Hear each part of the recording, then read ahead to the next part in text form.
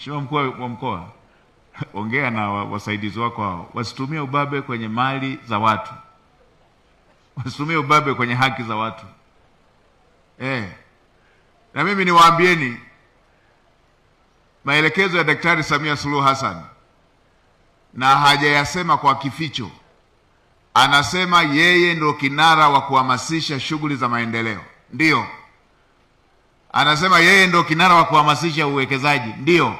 Lakini anasema watendaji serikalini, mikoani, mawilayani, msipore ardhi za watu kwa kigezo cha uwekezaji ama maendeleo. Kila mtu apewe haki yake. Na mimi kama msimamizi wa shughuli za serikali, nadhani naibu waziri TAMISEMI muongee na waziri, andikeni barua inayoelekeza hivyo. Msitumie ubabe kupora maeneo ya watu.